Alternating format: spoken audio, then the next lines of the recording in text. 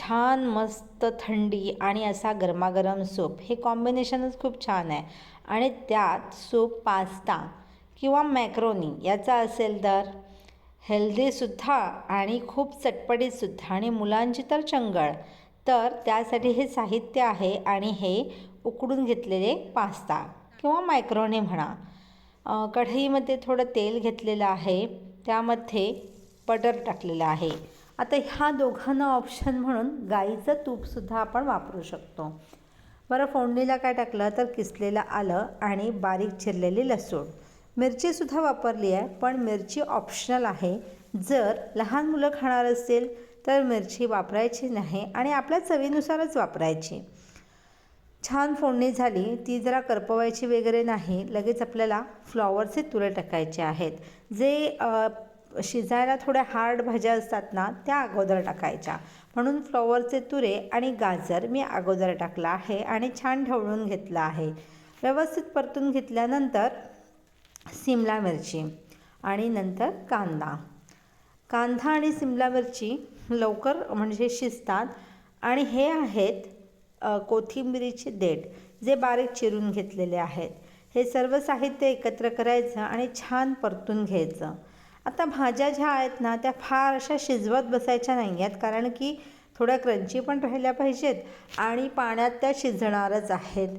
त्यामुळे असं शिजवत बसायचं नाही आहे. आपण आता पाणी टाकायचं आहे. आपल्याला सूप किती पाहिजे त्या प्रमाणामध्ये आपण इथे पाण्याचा वापर करायचा आहे. तर आता हे एकदम पातळ पातळ दिसतंय ना, थोड्या वेळाने बॉईल येईल. म्हणजे काय होईल तर आपण लसूण टाकलेले आहे, मस्त आलं, मिरची, भाज्या सगळ्यांचा स्वाद किंवा सगळ्यांचा जो अर्क असतो ना, तो त्या पाण्यामध्ये मिक्स होतो. त्यानंतर चवीनुसार मीठ, नंतर काळी मिरीचा पण नियम तोच, जो आपल्या चवीनुसार. थोडी तिखट असते म्हणून कमी जास्त केली तरी चालू शकते.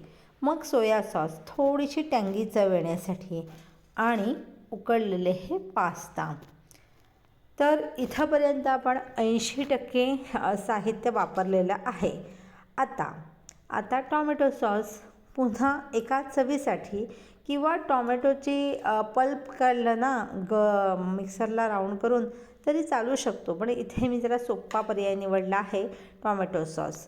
तर टॉमॅटो सॉस घालून झालं. मग आता काय तर छान उकळ काढून घ्यायची आहे. व्यवस्थित उकळ काढून झाल्यानंतर आपल्याला त्यामध्ये जरा दाटसरपणे यायला पाहिजे. बघा किती पातळ पातळ दिसतंय. भाजी एका साईडला होणार आणि पाणी एका साईडला होणार, तर तसं व्हायला नको. आणि त्यांना छान कन्सिस्टन्सी यायला पाहिजे म्हणून कॉर्नफ्लॉवरची स्लरी वापरायची आहे. पण त्या अगोदर एक चव एन्हान्स करण्यासाठी मी इथे मॅगी मसाला मॅजिक वापरलेला आहे.